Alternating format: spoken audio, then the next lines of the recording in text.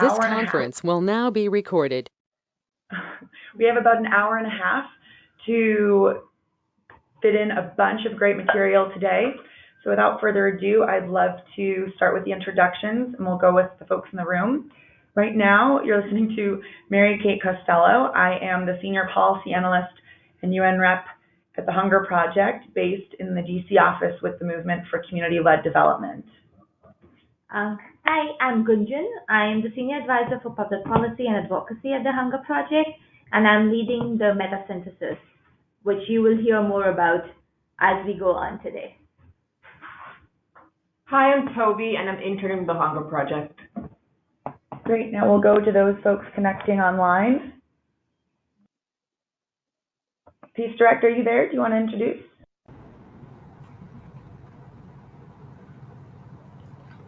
Evariste, Burkina Faso.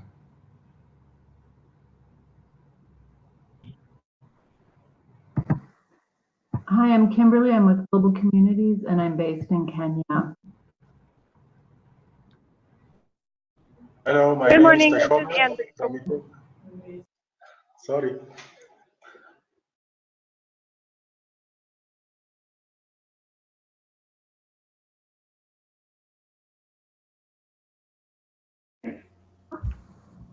Hello. Hi, this is Caroline Basigi with Heifer International based in Washington. Hi, this is Alexis Banks with Root Change in Washington, D.C.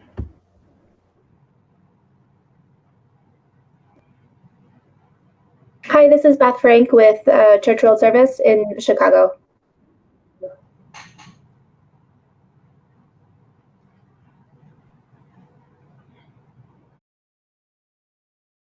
Rebecca Nelson, America Solidaria here in DC, representing Latin America. Hi, this is Sarah Onyemboka-Boyer from PACT, Washington, D.C. Nellie Mecklenburg from Institute for State Effectiveness in D.C.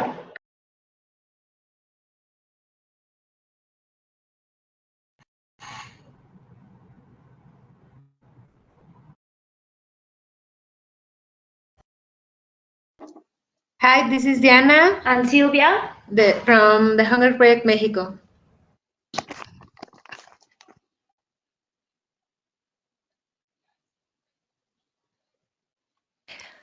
Hi, this is Rosemary Forrest from Peace Direct in London.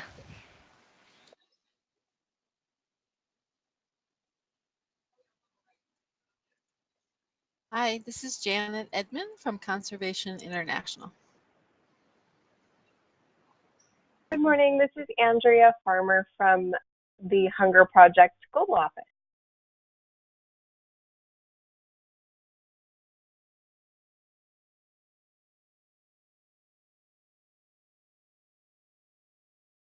Anybody else on the phone?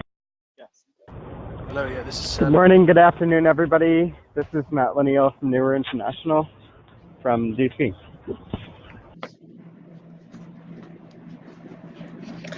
Hi, this is Tori from the Hunger Project office in New York. Hello, this is Salem from Peace Direct in London. Can you hear me? We can, yes. Thanks, Alan.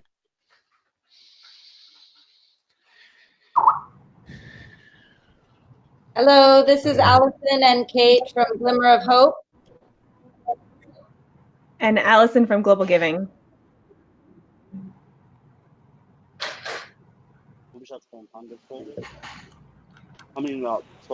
Hello.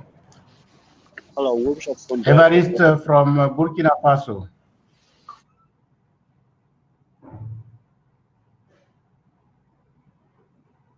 So we have Webshot for Bread for the World and Every from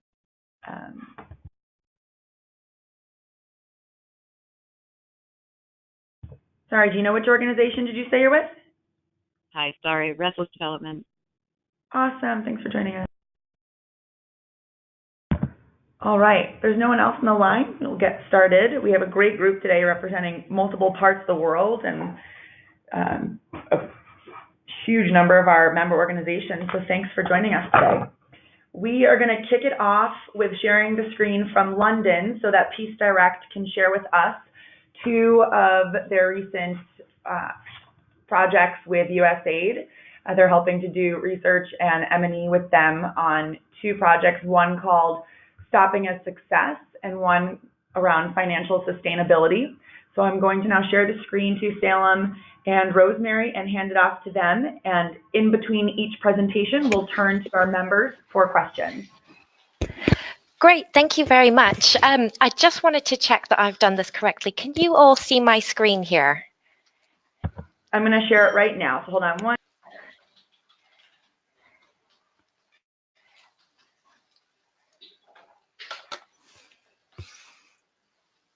So you're now presenter, so you'll be able to select to share your screen from your end. You're now the presenter, Peace Direct. Great, thank you very much. I'm just do that now. Share, okay. There we go. I think it should all be coming up now. Great, Yep. We got it, thank you. Fantastic. So thank you very much, first of all, for having us. We've had a few technical glitches, so I apologize in advance. We're sitting in our main office, so we may at times have some background noise. I thought as a start off with just some quick round of introductions. My name's Rosemary Forrest. I am the Senior Advocacy Officer here at Peace Direct, and I'm leading our engagement in the UK and to a limited degree in the EU, looking at how we can help facilitate greater shifts in power and strategic direction to local organizations, particularly in peace building, but looking more widely to across development humanitarian nexus. I'll just hand over very quickly to my colleague Salem to let him introduce himself. Hello, yeah, I'm the research officer for the Stopping as Success project here with Peace Direct. My role is with researching the various case studies and working on the issue papers that we'll discuss shortly. Great, thank you. So I'm not sure how much people are aware of Peace Direct or if anyone's familiar. So I thought for our presentation today, I'll do a quick background or I guess introduction on Peace Direct, our 2 projects. And then I'll go into a little bit more detail around the facilitating financial sustainability, followed by a Q&A on that. And then Salem will present our Stopping a Success project with that, if that works for everyone. Essentially, Peace Direct, we're a peace-building charity focused on promoting and supporting locally led approaches and local peace builders themselves. For that reason, we don't have country offices, and we're based here in the UK, and we have a small team in London, in the US, sorry. With our international programs, we have partners with 15 local organizations across 12 countries, and that's on a wide range of issues, ranging from reintegration of child soldiers to ethical gold mining. And the emphasis there is very much on our partners leading that direction from the start to the finish. We also have a small but growing policy and research team, which is where the 2 of us sit. And with that, our work is really about raising the profile of local approaches, whether that's through what we have called peace exchanges on key issues, or increasing the visibility of the organizations themselves. We've also been undertaking a wide range of research on the kind of more systematic issues, and that's where these 2 projects fall in. Just as a kind of overarching view, both the Facilitating Financial Sustainability and Stopping a Success are USAID funded projects under the Local Works Office. So they are kind of that co-design process that came out from the BAA Awards. And with that, they're both 3-year programs, and we're entering the 3rd year for both of them.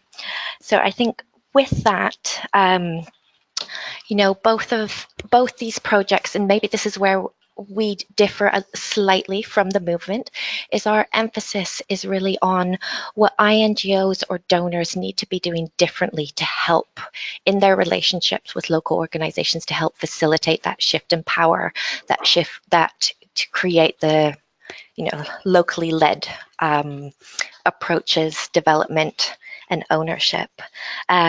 We don't really see ourselves as the implementers, but probably more in a role of facilitating, accompanying, and offering solidarity.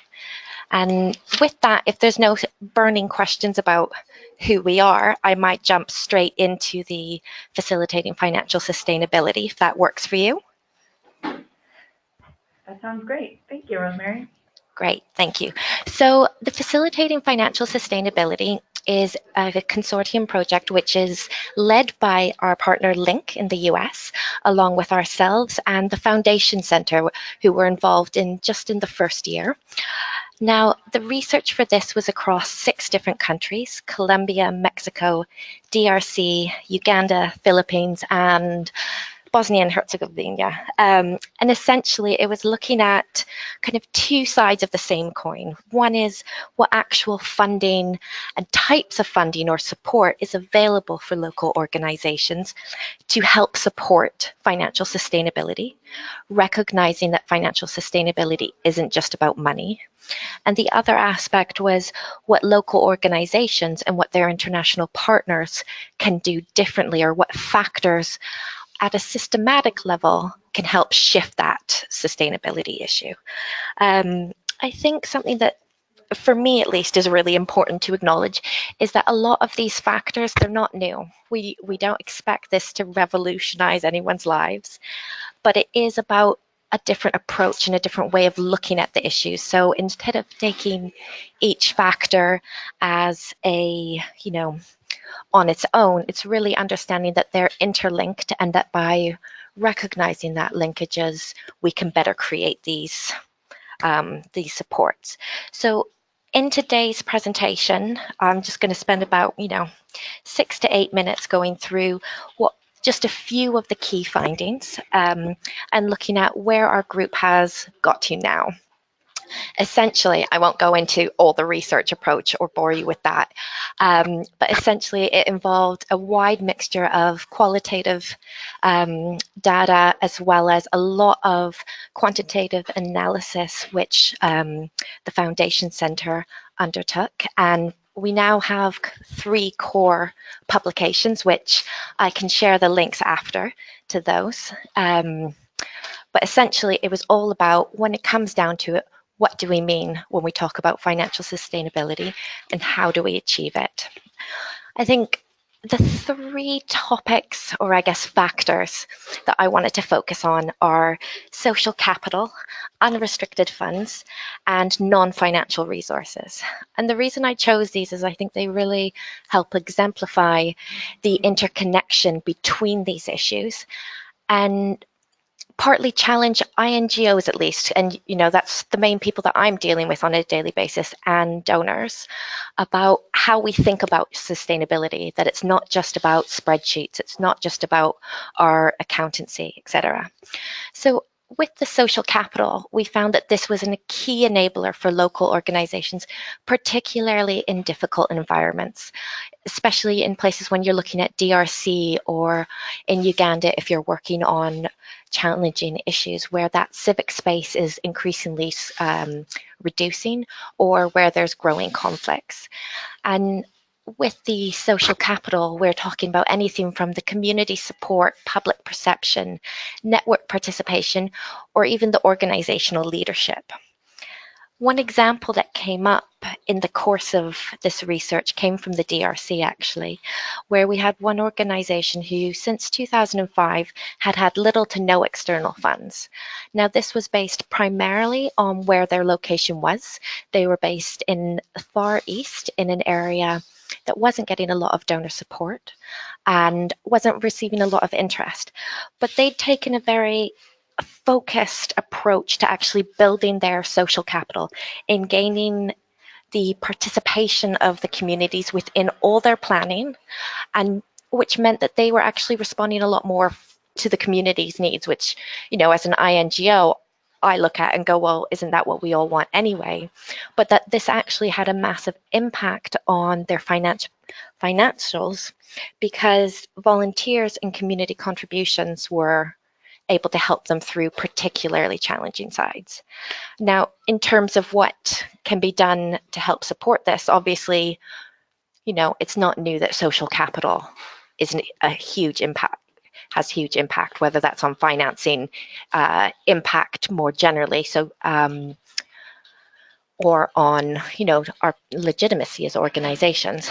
But what I think is interesting is how donors and INGOs can help support this, particularly through their flexibility, both in their programming and their funding, and allowing their partners and helping facilitate their partners take those risks, engage more, and respond more to their communities, which I think is something that can be a challenge in relinquishing that control.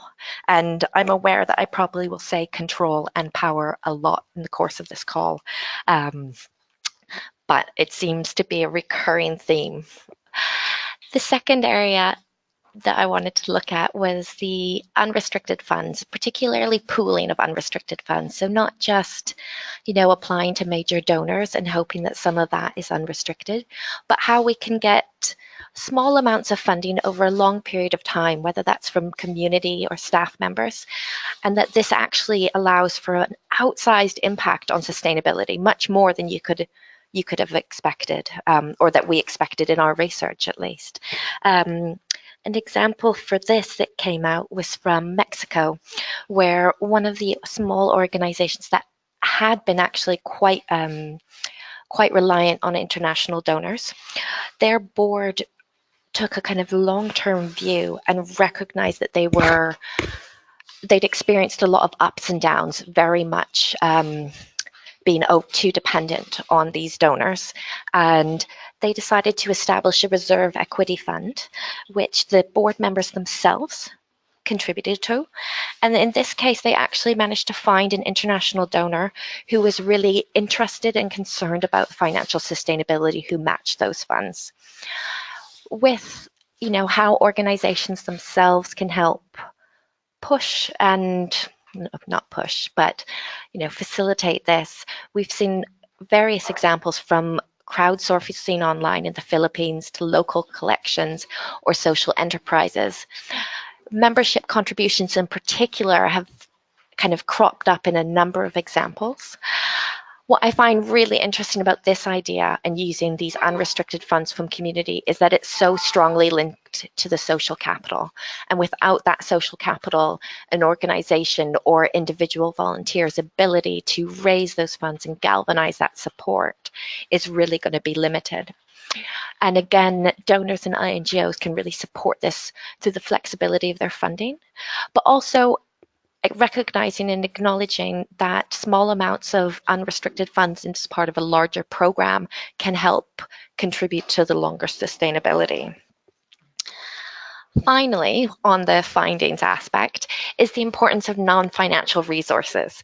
And this one, to me, I think is really interesting because I think we often forget about it when we talk about financial sustainability. And, the capacity of non-financial resources, whether that's land and housing, local volunteer time, or locally sourced in-kind goods, can have as much of a contribution as actually money, to supporting sustainability. Going back to the DRC, we've seen this in a number of organizations and even, loose networks that wouldn't have called themselves organizations. For example, one youth-led, fully volunteer-run organization doesn't accept any, and they've chosen not to accept any external funds from organizations, foundations, INGOs, etc. And they rely specifically on volunteer time, but also community contributions. Now, what they do support or receive from INGOs and donors is around capacity building and technical training, and that's what they've really valued. I think another example that links very strongly to the unrestricted pools of funds is where an organization in Uganda were able to use that to then purchase land. Now that's something, particularly the purchasing land, I think is an interesting one because it often raises concerns around risks when you're talking to INGOs or donors about corruption, around transparency, etc. But that openness and flexibility, and of course being aware of potential risks, but allowing for that space, we found is where the greatest contributions to sustainability over the long term can be made, and actually which can really help small organizations weather changes in civic space, changes in donor priorities, and just their own internal issues that organizations can go through peaks and troughs. Anyway, I'll stop with the findings there and just kind of go on to where we are now, because I think this is actually probably the most exciting bit about our facilitating financial sustainability work, which is the action learning groups.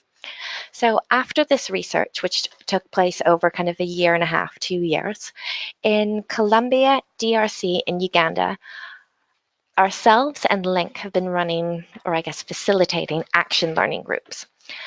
This is essentially where groups of local organizations, local government, businesses, and ideally INGOs and government donors can collectively identify and prioritize some activities based on these research findings that they want to work on to help improve their financial sustainability, provide an opportunity for learning, growth.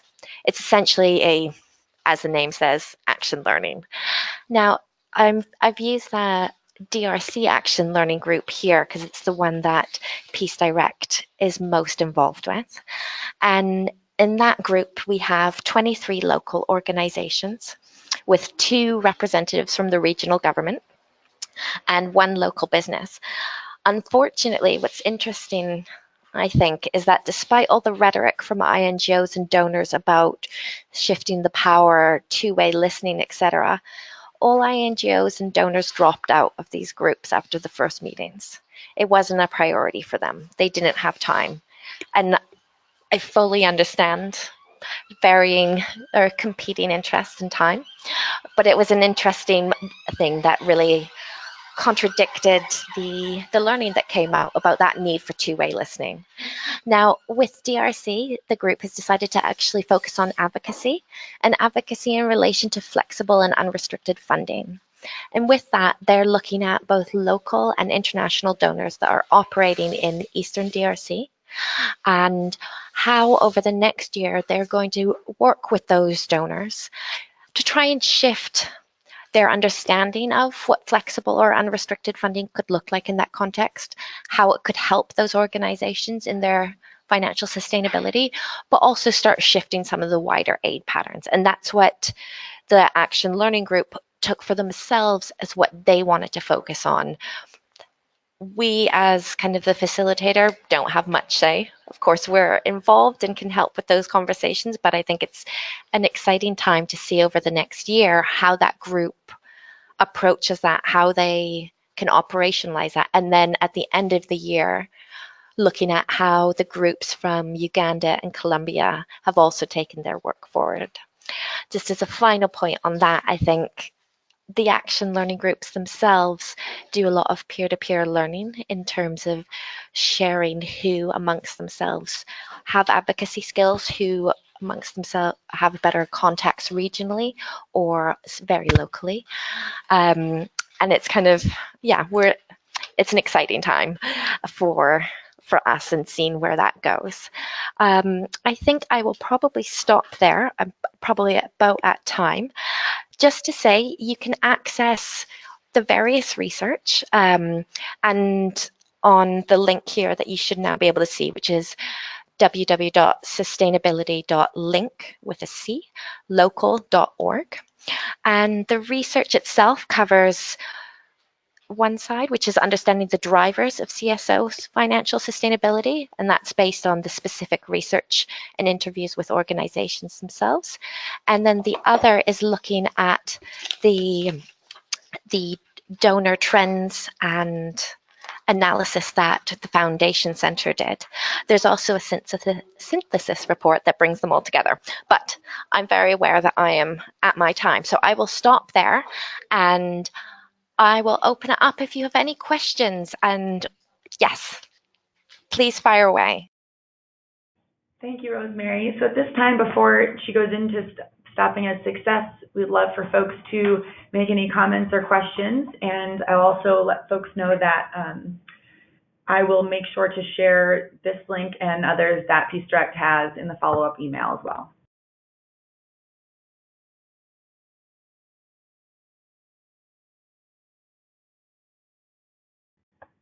Folks can feel free to unmute at any time and ask a question or put it in the chat box as well.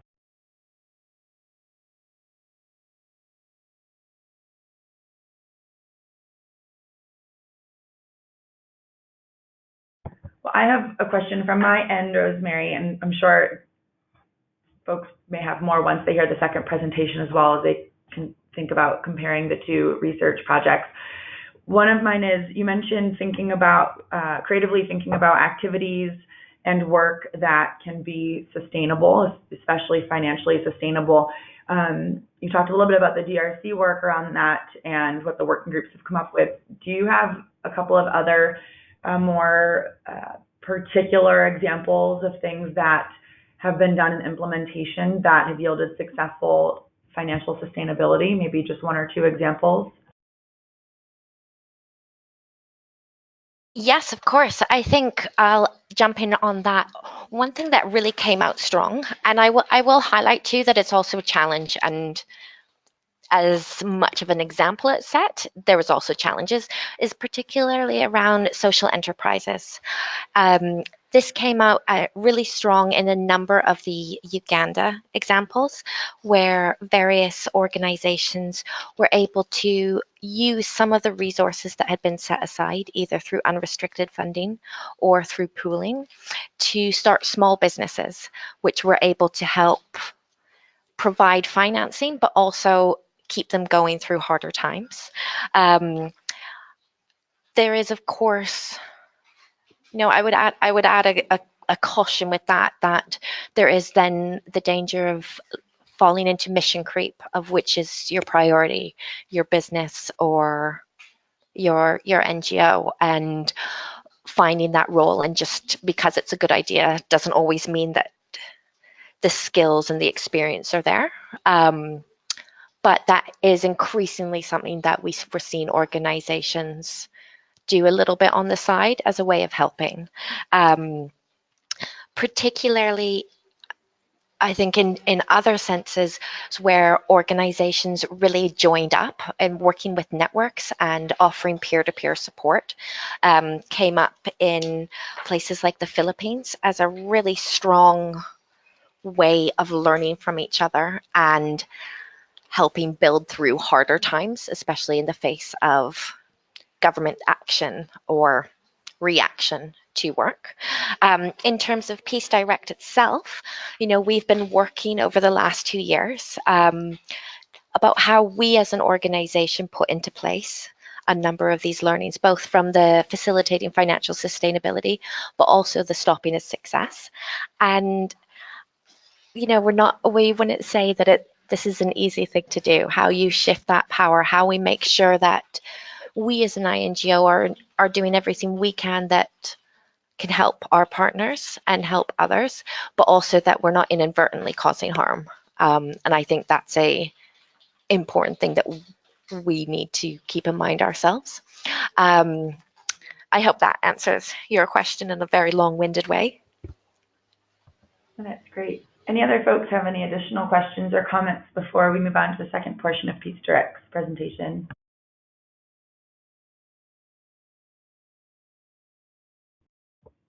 I'll just add, actually, that if anyone has any questions afterwards, that you can feel free to share my email address with the link to the publications, and I'm happy to chat more. I know it's hard sometimes when you've just been talked at to really then come back with questions, so please do feel free to email or Skype, etc. Will do. All right, well, I think with that, we'll have Peace Direct move on to the second portion, which I believe Salem is going to take lead on, and this will be their segment on stopping as success. So I'll hand it back over to Peace Direct again, and to let you share your screen. You should still have the sharing mode as well. Yeah, I'm just going to find the... Sorry, bear with me a second. Do you want me to share it? Yes, please, yeah.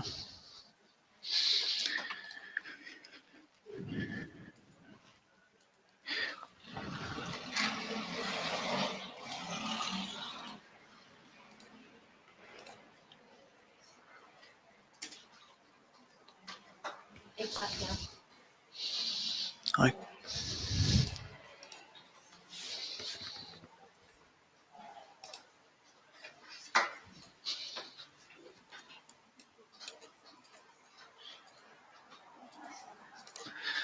Apologies, I've got too many windows open here.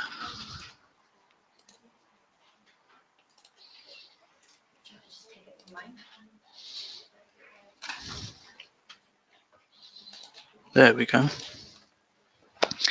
Okay, so our second project, which is also funded by USAID, is Stopping as Success. This project takes a slightly different approach. So with Stopping as Success, we look at responsible aid exits, transitions, and locally led development initiatives. Now, our goal with this is to understand how relationships between INGOs and local actors evolve during and after a transition process. But we take, methodologically speaking, we've adopted CDA's collaborative learning approach, which is we conduct joint learning and analysis between our consortium and the participating organizations. So all these case studies that we've conducted, we engage with those organizations in a sort of an iterative process. So the central premise behind this is that we want to put these local organizations at the center of the project, and we want to emphasize their experiences with international assistance and partnerships, because their perspectives, at least in our opinion, are an incredibly important but often neglected source of learning and guidance for improving future practice. Now, practically, what this means is we convene a range of individuals and organizations, and we analyze all the evidence that we've gathered collectively, and we engage in joint interpretation. So, for example, we recently conducted a regional workshop in Thailand, and we invited all the different case study organizations that we had engaged with in the Asia region, along with all the different people that we'd interviewed from civil society organizations in that area. And we invited them all to Thailand, where we engaged in a joint effort to interpret some of the findings that we had. So we've written various papers, we presented them to these individuals, and then we had them provide their comments back to us, which we are now incorporating into the drafts. And this is a continuous process that we go through. And we've adopted a similar approach with our case studies, where participating organizations get to review the drafts that we develop, and then they provide their input, and we go back and forth. And this creates an iterative and reiterative looping back through evidence gathering and analysis. So even as we develop lessons and codify them, we continuously go back and sort of share them with people to understand what goes on there. Now, we've conducted 20 case studies so far in 13 different countries. We are in the final stages. We're putting the final touches on the case study reports, and we're hoping to publish those over the course of the summer. But just to sort of give you guys a glimpse of sort of some of the conversations that we've been having with people. These are 3 quotations from different interviews that we conducted as part of our case study research. Now, you'll notice these probably don't sound too unfamiliar to people, but it's an important sort of thing that we're trying to highlight with these case studies. So I'll leave those up there for a moment for everyone to sort of take a look at.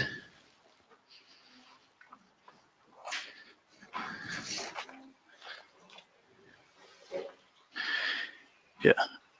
Moving on, these are some of the overarching learnings that we've come up with so far based on these 20 case studies.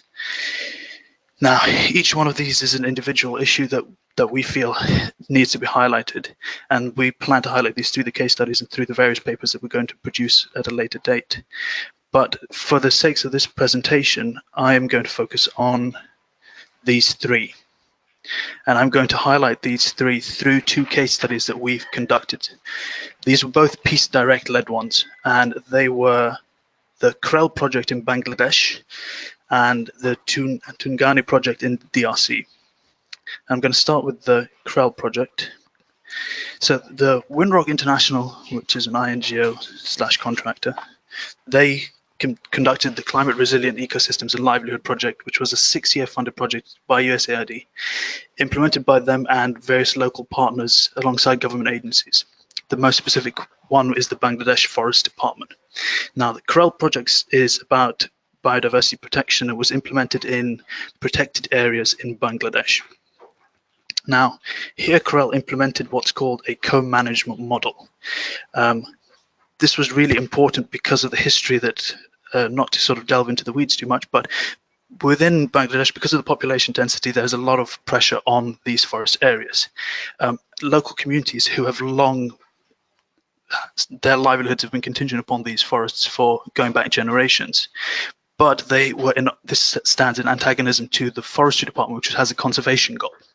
Now, because of that history of mutual hostility between these two things, co-management was presented as a solution to bring these different stakeholders together into a more sort of win-win situation.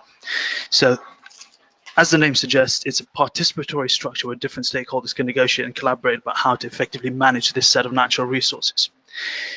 So here what CREL did is they actually created 45 community management organizations which bring together these different stakeholders from the local administrative bodies to the Bangladesh Forestry Department to the local communities, all into that one structure where these individuals and stakeholders can actually negotiate about how best to manage these natural resources.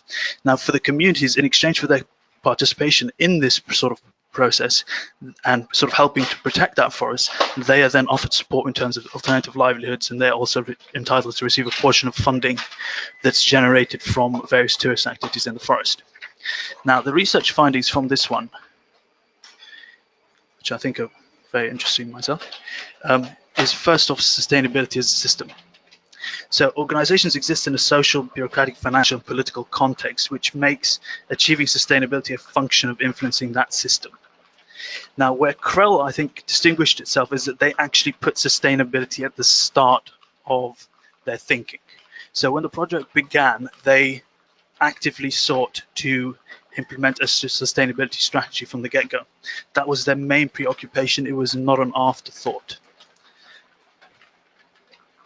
And the whole programmatic effort was geared towards that end, whether it was the advocacy efforts that they were implementing or the environmental awareness raising. All these efforts moved the system towards an enabling environment for the community management organizations. The second thing that they did is, and this I think is important for INGOs that are contemplating transition to sort of community-led development initiatives, the CREL project was continuously built off consultations with the local communities and with the national implementing partners, and they placed those consultations front and center.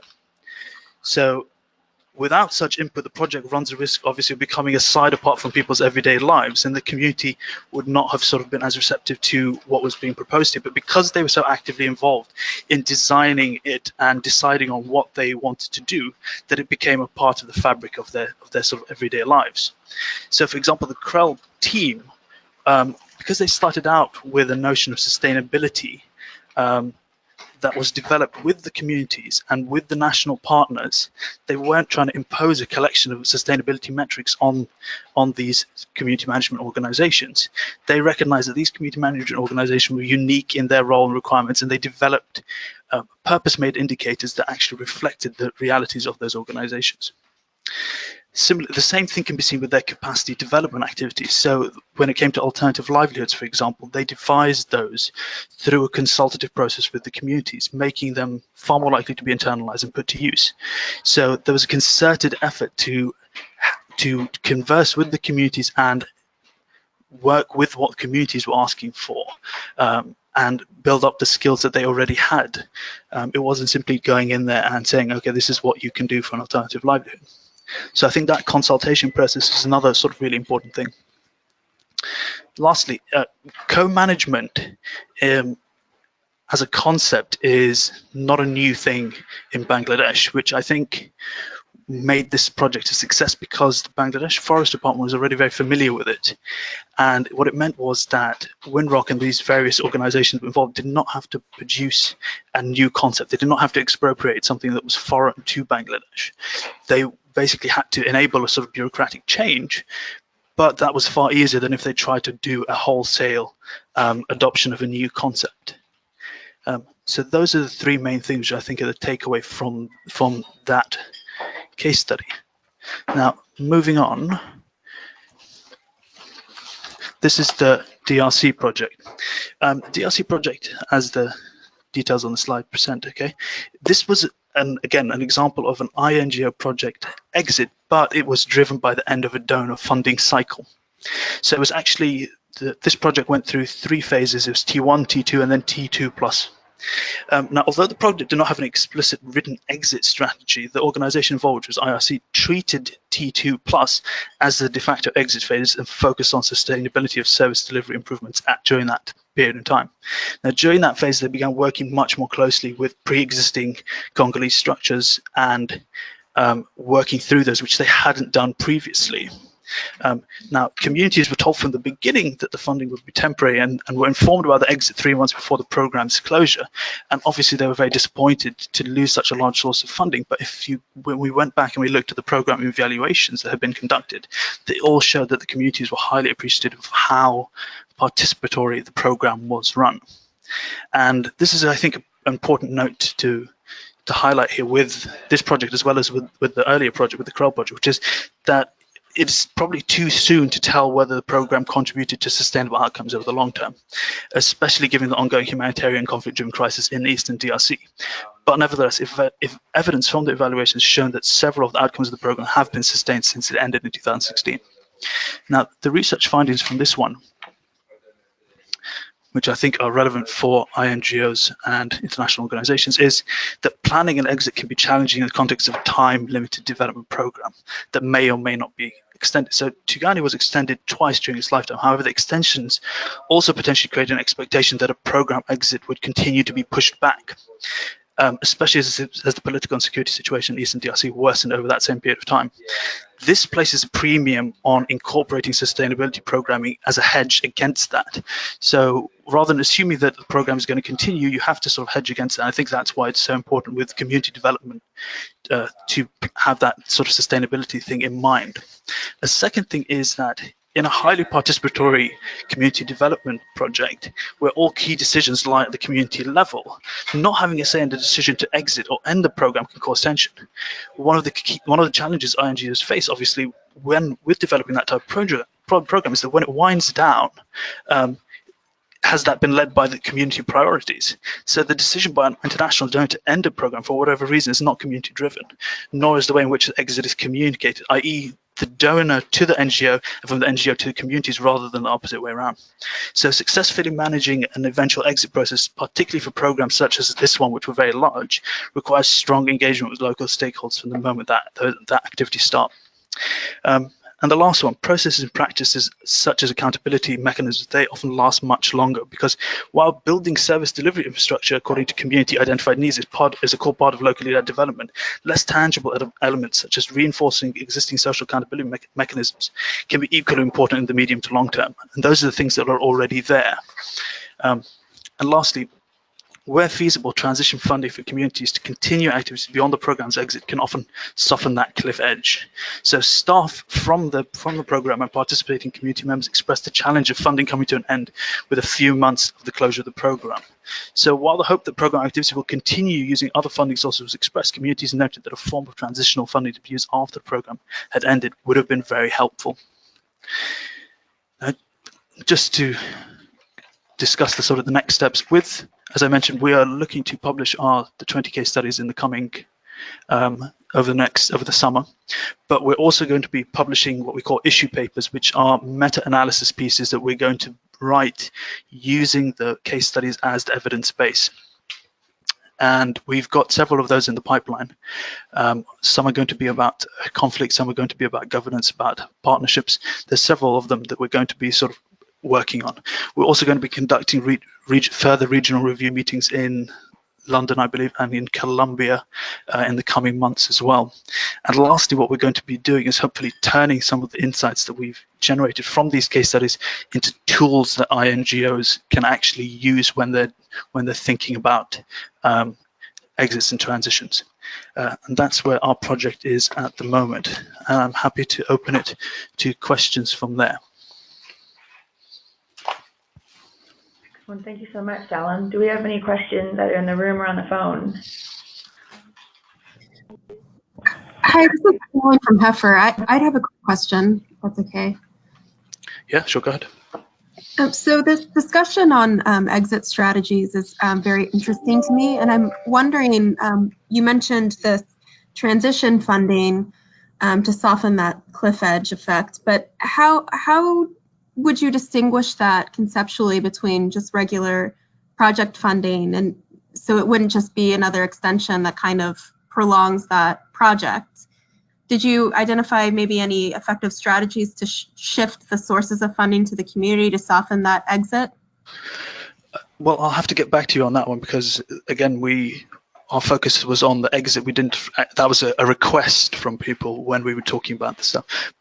But from my vantage point, I think obviously that's going to be a conversation that one has to have with the communities themselves and figure out what's the most appropriate means to sort of move that forward, whether that is even feasible.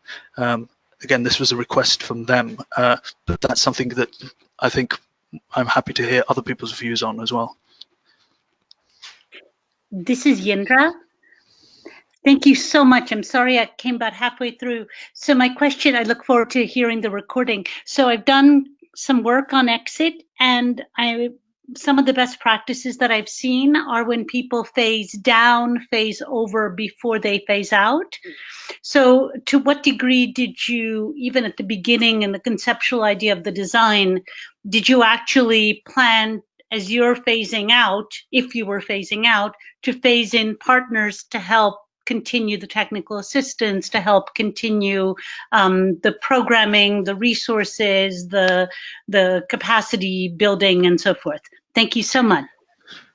Thank you for that question. It's a very good question. Just to reiterate, we are not actually conducting exits ourselves, but I'll reference the Bangladesh case study here, which I think is very important. One of the things that happened is that Windrock International leaned very heavily on its national implementing partners, and those national implementing partners, because of the sort of their own resources, their own knowledge base, and their relationships with the communities, even after the project had ended, they continued to provide support. So, for example, when we went to conduct our own research there, we met with the people from the national implementing partner and with the communities at the same time, and they had a magnificent rapport between them, and there was a continuous sort of back and forth. So the accompaniment to the community management organizations continued even after the project had finished. And I think that's something very important that we've come to realize, is that relationships is the end of a project does not mean the end of a partnership, does not mean the end of a relationship. So even though things might end from a technical standpoint, there's still opportunities to offer psychosocial support and mentorship that goes beyond that life cycle. Thank you so much. May I just ask one follow-up question based on what you just said? Yes, please. And that is, to what degree did Windrock, in this case, design the expectations for exit with the communities from the onset? Thank you. So I think what's interesting here is that when we talk about these type of projects, that exit and sustainability go hand in hand. So in the case of both of those examples, I think that the communities, they had notions that the project would extend, but arguably that there's a question of whether that actually matters if you've actually implemented a sustainability strategy properly. That's one of the questions that we're sort of debating internally amongst ourselves at the moment, which is, if you've implemented a sustainability strategy properly and you've gone through all that steps and if you've done everything that you've sort of accounted for, then do you need to have a conversation about exits, or does it really matter then? Do you see what? Because if you've done that correctly, then when you leave is irrelevant, arguably. Interesting. But that's an internal debate we're still having amongst ourselves. So.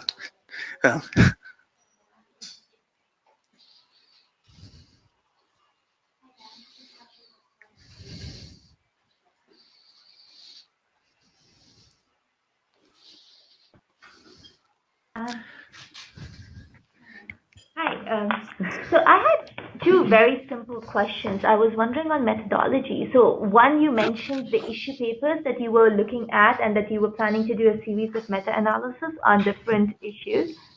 So I was wondering, have you started with this, or I wasn't clear, or are you in the process? Have you seen certain trends coming across some of these which kind of send you to think that there is a need for a meta-analysis which is sector-specific on these case studies? So if you could absolutely, talk about that. Yeah. So far we have written 2 issue papers. One is about leaders and champions, and the second one is about capacity development. And those 2 themes are critical. We found they are context independent. Pretty much all of the case studies that we've been looking at, there is a role. Leadership plays such an important role when it comes to those organizations that are transitioning. And the second one, which is capacity development, which I think is, again, another very important thing, which we contrast with capacity building, which is that too often we focus on technical aspects, for example, but there's other stuff which is sort of going back to what I mentioned earlier, which is things like mentorship and leadership development that are just as crucial in the long run as technical abilities are. But yeah, there are definitely issues that are cross-cutting, and we are looking to write about those as we move forward. Sorry, just as a follow-up to that, so are these issue papers available on the website? Could you share them with us? No, the issue papers are still in draft. We're still going through iterations of those. Yeah, they're not, but hopefully there will be some of them available by the end of the year, along with the case studies. Because we had, I mean, sometime back, in fact, we had a presentation and a discussion on capacity building versus capacity development, in fact, for the movement meeting itself. So I was wondering that it would be very interesting to hear some of the key things that came out of that. Yeah, absolutely. I mean, about that. Maybe yeah, you can share a couple of quick pointers. I don't know. Yeah, let me see if I can find it. I think actually, if you wouldn't mind, maybe we can take that conversation offline, and I can share with you some of those ones. Sure, that would be wonderful. Thank you so much. Just to add on that point, actually, we'll be able to share those with the whole group once they're published later in the summer, and we can informally offline have conversations more in depthly about them. But because of the collaborative nature of this work and the analysis of these, we're not able to share the draft forms now. So apologies for the somewhat cloak and dagger discussions around these. No worries, this was great. Thank you so much, both to Rosemary and Salim of Peace Direct. This was very helpful, and we'll circulate a summary of the presentation as well as any links you have, and if you're comfortable as well, we're happy to share the PowerPoint for folks if they want to go through and grab some of the details they may have missed or want to clarify on their end. Sure. Great, thank you. So at this time, I'm going to turn the screen back to the Hunger Project. Or do you need me to make you a presenter, Gunjan, for what your remarks? Okay. And we have Gunjan here with the Hunger Project, who's going to share the progress being made on the meta-analysis for community-led development. This should take about 5 or 10 minutes, and we'll open that up for questions as well. So the floor is yours, Gunjan. Thank you. So thank you, everyone. We started off thinking of a meta-analysis. We kind of moved to doing a meta-synthesis. And we've had really great response and engagement from all the partners coming in. And thank you, everyone who is participating in the different subgroups, sending in ideas, sending in studies. I just wanted to quickly take this opportunity since the last meeting to also bring people up to speed on where we are at with this. So I think at the last meeting we had talked about how, it's become this collaborative research effort with not just the Hunger Project doing the study, but, all the different organizations being a part of it, given the huge amount of resources we have between ourselves in terms of MEL expertise. So what's happened since then is that we have, as of date, we have around, it's 280 reports to be exact. As of this morning, we have 280 evaluations from 50 different countries, which have been sent in by partners. We're expecting another 30 to 40 to come in before the 30th of April, which is the deadline for the reports for this phase. If you or your organizations have not shared your reports, then please do.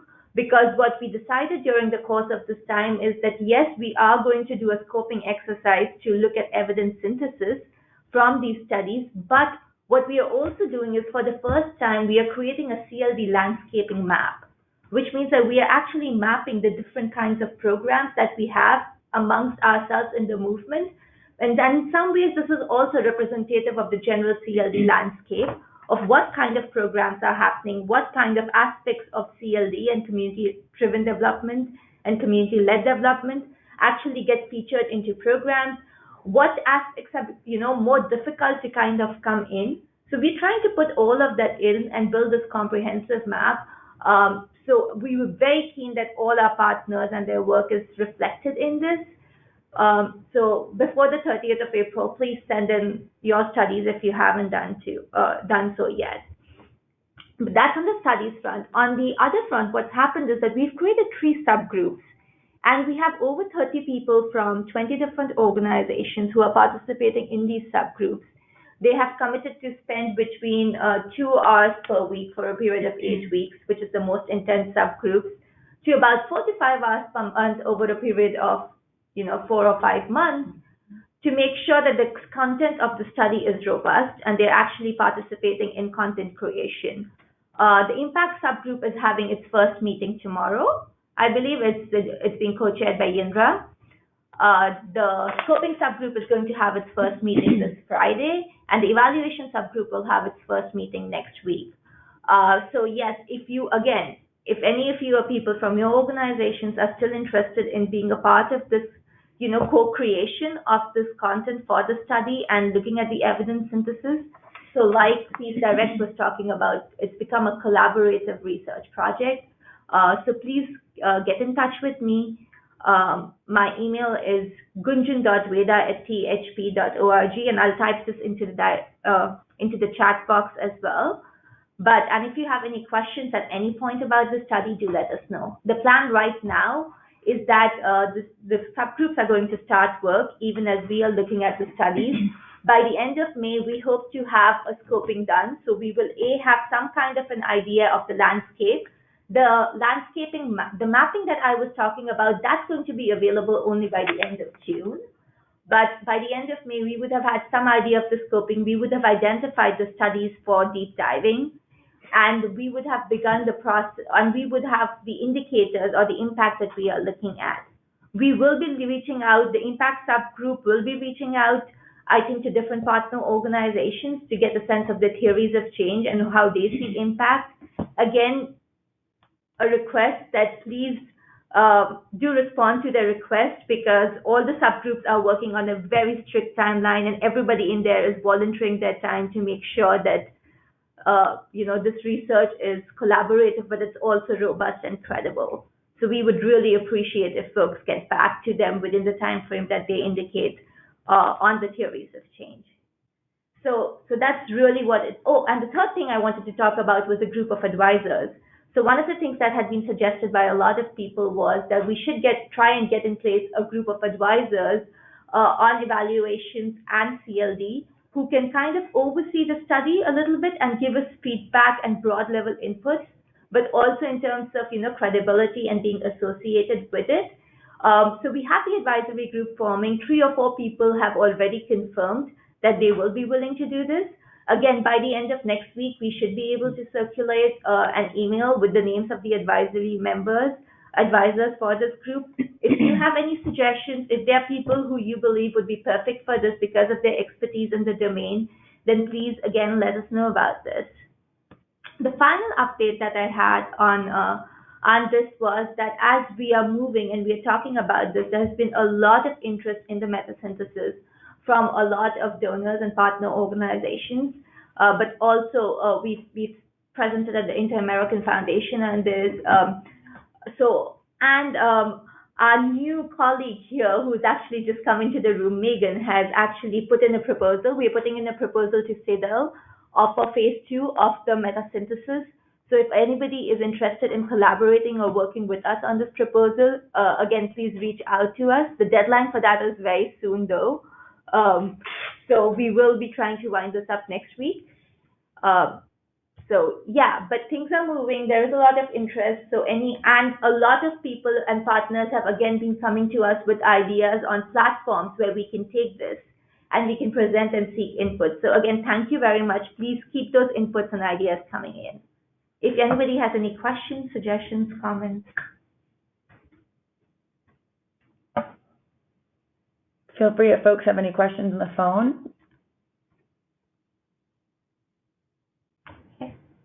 Okay, great. Thank you so much, Gunjan. That's so helpful. And we'll be sure to also include a summary of that in the follow-up email, as well as details about the proposal that will likely be submitted next week for folks that may be interested in more information on what that involvement looks like. Moving now to the next agenda item of news from around the world. We have a few folks calling in from different parts of the world where they are regional coordinators or members of other chapters.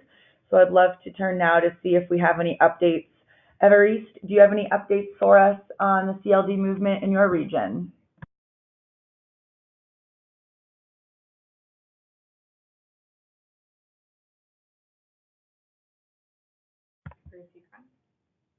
Evariste, are you able to unmute and do an update for us on CLD in your region? Hi, Mary Kate. This is Diana from Mexico. And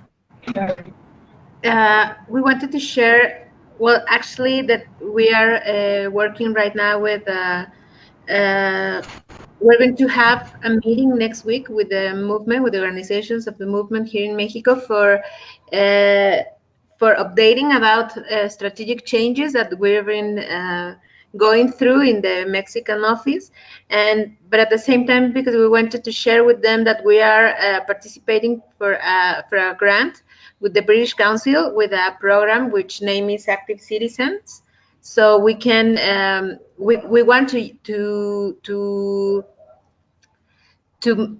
make the project about the movement and the possibility of building a movement in a region here in Mexico, in one of the states that we are working here in Mexico, in San Luis Potosí, and we want to make this this focus on local authorities and local citizens for trying to really localize the movement and the CLD here in Mexico. And we will be telling you about this project and how we are trying to accelerate the movement here in Mexico, based in this alliance with the British Council, and trying to make them to make the British Council also a champion of the CLD. That's great. Thank you so much, Diana. Evariste, I think you also were attempting to chime in too with updates from your region.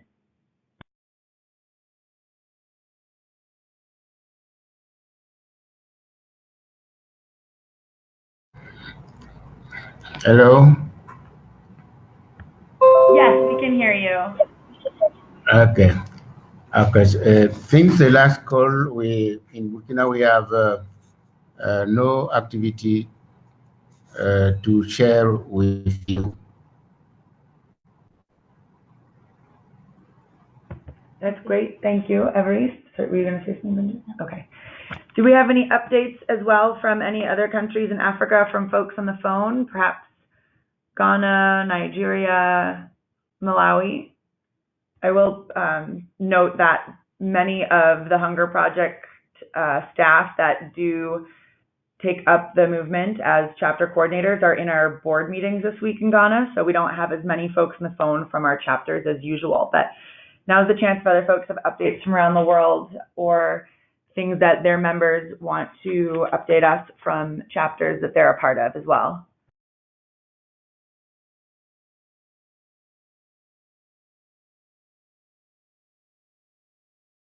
Going once, going twice. Okay, great. Well, we'll move on from that. I'll see if I can get a little bit more updates from other countries and chapters when I send out the circulation from today's meeting, so we can get a bit more of an idea of what's happening in many places. Wanted to now move into some advocacy updates with the last portion of our meeting here. We have some upcoming events throughout the summer and into the fall. We will be at Women Deliver. Well, the movement itself won't technically be there, but the Hunger Project will be there. So we will be sharing to our members a one-pager of the CLD movement. So, for example, the Hunger Project will have an exhibitor booth at the Women Deliver conference, and we will keep at our table handouts of the movement, and we would really love for other members to do the same. We don't expect that the movement should take over and be a large part of anyone's booths, but we do want it to be a commonly represented space, or excuse me, a commonly represented movement among the membership bases. So If folks are also going to be at the conference and or have exhibitor booths or events where there's an opportunity to just have a small stack of the one-pagers, that would be great, and we'll make sure we circulate that out as well. In the following week, the Hunger Project will be at the Interaction Forum. Same thing, we'll make sure we have movement pages there as well. But specifically, the movement will be hosting a deep dive as one of the side events at the Interaction Forum, where we will be discussing a collective impact as the movement around community-led development successes. And then a second space for the movement at the Interaction Forum, Gunjan will for the first time make a public announcement, so to speak, of the meta-analysis, the current progress, the overarching goals, the upcoming proposal, and what the long-term credibility of the study is hoping to achieve around building this evidence base for community-led development. So if there are any questions about that, or if you'll also be at either of those conferences, please do let us know. In July, the UN is hosting, again, their annual high-level political forum, and of particular interest to the movement this year is the focus on SDG 16, which has just been a priority SDG for the UN over the last year or so, regardless. And we are looking now over the next month to see how we will host an event, either a side event or a parallel event during the HLPF. So for folks who are also going to be there, please reach out. We'd love to collaborate several members together to host a CLD event at HLPF. And then in September, on the 23rd, the UN has their climate summit, and 24th, for about a week or so, the UN's annual General Assembly, high-level General Assembly. And we are in conversation now with some folks on hosting a event similar to last year, where we had a large conference room hosted by Missions, sponsored by Missions. But this year, we want the premise to be on financial devolution. So this overarching topic of the movement to see this 2% of national resource allocations increased up to a minimum of 20% among low-income countries. So that would be the highlight of the talk. And what we'd like to do is, and Kim, maybe your ears will perk up here too, Kim at Global Communities, since we've just launched out the movement in Kenya, where they have strong policies and implementation for fiscal devolution and decentralization of political implementation for community-led processes, seeing if Kenya may be the or one of the sponsors for this particular event. So we can chat more offline about that, Kim, and with the other members of the movement in Kenya, but we think that that may be one of the best strategies to highlight fiscal devolution in the low-income context. Any folks have any other upcoming events or things they'd like to share or questions regarding advocacy in the next several months?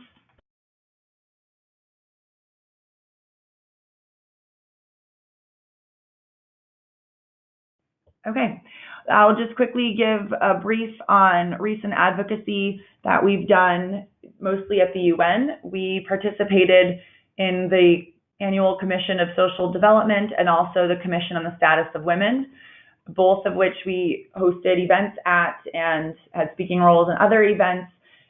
It's specifically at the Commission on the Status of Women, we were talking about women's community leadership and that particular need for social protection. And one of the topics that came up more often than it has in years past was the issue of migration and migrant populations and what community leadership looks like in even mobile communities. And for the Commission on Social Development, the overarching topic of social protection writ large and what it means to have communities take ownership of providing and filling gaps around social protection. So where governments cannot necessarily fulfill social protection needs or promises, where the responsibility and feasibility can be from a community, and what particular role NGOs have in building that capacity so that we can see social protection achieved in earlier time and in more real time, where sometimes there are delays in government fulfillment of that. So those were some great discussions held at those two commissions with America Solidaria, Church World Service, UNICEF, Restless Development. I may be missing several other organizations that joined us in these, the Hunger Project. Am I missing any others as well that joined us in those two commissions? I may be, and if I am, feel free to interrupt and call us out. We want to make sure people get their credit where credit is due. So never hesitate to reach out to the Secretariat of the movement based at the Hunger Project when you're going to these things, that we can be featuring and including as many members as possible. Rebecca has an update. Oh, Rebecca has an update as well.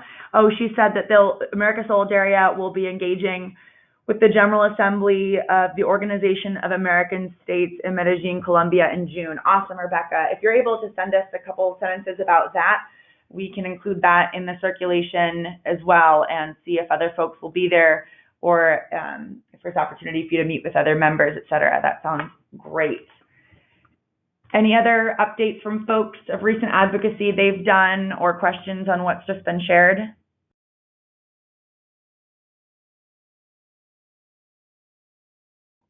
Okay.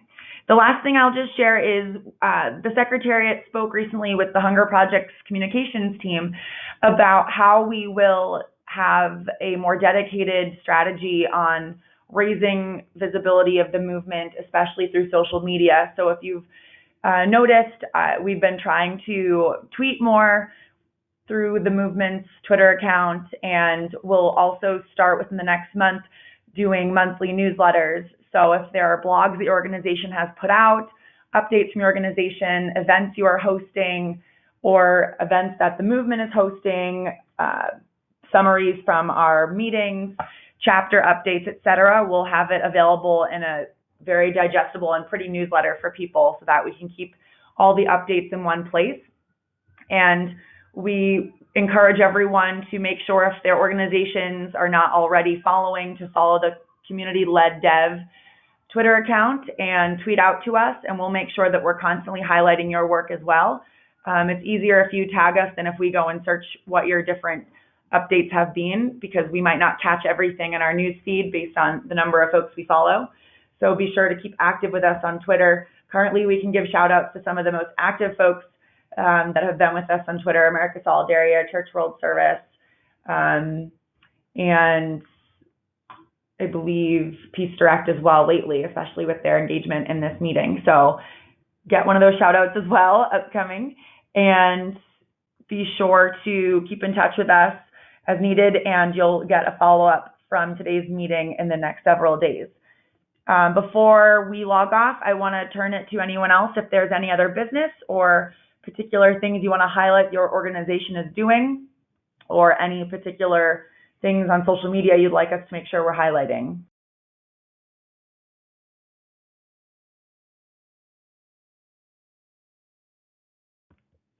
Okay, well, everyone gets a found 15 minutes today to add back to their Wednesday. Thank you so much for such a large attendance in today's call. We had just about 30 people from several regions: Latin America, Europe, North America, and Northwest Africa.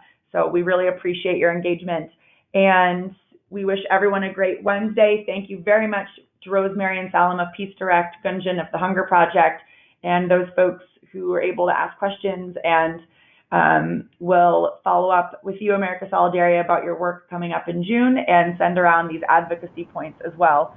Have a wonderful day, everyone. Bye. Thanks. Okay, Bye. bye. Bye to everyone. Bye-bye. Bye-bye.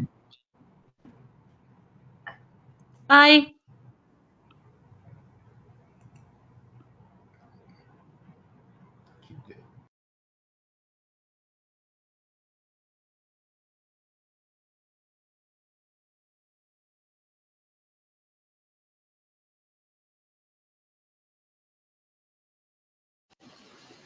Bye, America. Bye, thank you so much. Thank you, Webchat. Thank you.